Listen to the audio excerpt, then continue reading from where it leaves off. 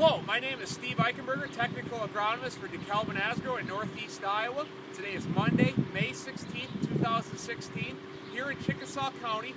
It looks like a pretty good forecast for this week, a lot of highs in the 60s and 70s. We couldn't say the same for this weekend though. Here in northern Iowa, if you're in northern Iowa, you probably had quite a bit of frost on some corn that's out of the ground. So today I'm looking at some frost damage here in northeast Iowa.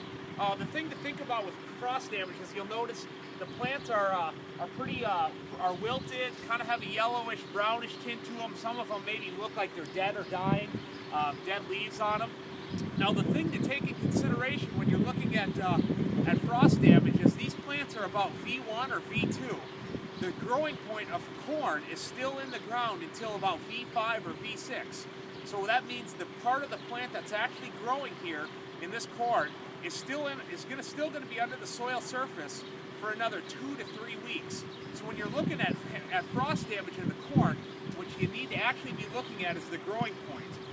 So you want to be very careful when you do this. But if you cut open these plants, the growing point will be a small cone shaped underneath the soil surface.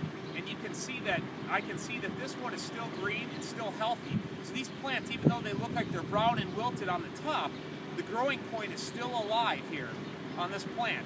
So if the growing point is a brown, mushy color, that's an indication that that particular plant might not survive.